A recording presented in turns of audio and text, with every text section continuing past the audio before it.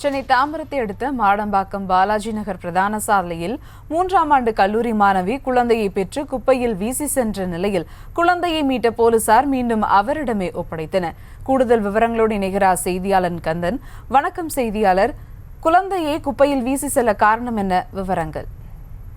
வணக்கம். சென்னை தாம்பரம் அடுத்த மாடம்பாக்கம் பாலாஜி நகர் பிரதான சாலையில் தனியாருக்கு சொந்தமான இடத்தில் குப்பைகளுக்கிடையே தொப்பல் கொடியுடன் உடலில் எறும்புகள் கடித்தபடி பெண் சிசு ஒன்று அழுது கொண்டு இருந்துள்ளது. இதனை கண்ட அப்பகுதியைச் சேர்ந்த உடனடியாக அந்த சிசுவை மீட்டு சாலையூர் காவல் நிலையத்துக்கு தகவல் தெரிவித்துள்ளனர். தகவலின் பேரில் சம்பவ இடத்திற்கு விரைந்து வந்த போலீசார் அந்த சிசுவை மீட்டு அருகே உள்ள ஒரு தனியார் மருத்துவமனையில் சிகிச்சைக்காக சேர்த்துள்ளனர். பின்பு சிசுவை குப்பைகளுக்கு இடையே வீசியது யார் என்பது குறித்து போலீசார் அப்பகுதியில் உள்ள சிசிடிவி காட்சிகளை ஆய்வு மேற்கொண்டனர். அப்போது சுமார் நள்ளிரவு 2:30 மணி அளவில் 20 வயது மதிக்கத்தக்க பெண் ஒருவர் கையில் அந்த சிசுவை தூக்கி குப்பையில் வீசியது தெரிய வந்துள்ளது. போலீசார் நடத்திய விசாரணையில் அதே தெருவில் வசித்து வரும் பீகார் மாநிலத்தைச் சேர்ந்த ஓய்வு பெற்ற விமானப்படையின் அதிகாரியின் மகள் என்பது தெரிய வந்துள்ளது.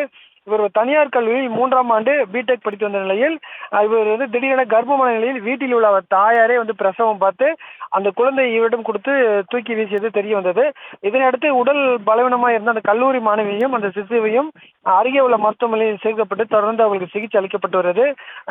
தொடர்ந்து சாலையூர் போலீசார் விசாரணை நடத்தி வந்தனர். பிரசவம் பார்த்த தாயார் மற்றும் அவர் தந்தை உட்பட அந்த குடும்பத்தினரிடம் தொடர்ந்து விசாரணை மேற்கொண்டு வருகின்றனர். விவரங்களுக்கு நன்றி கந்தன்.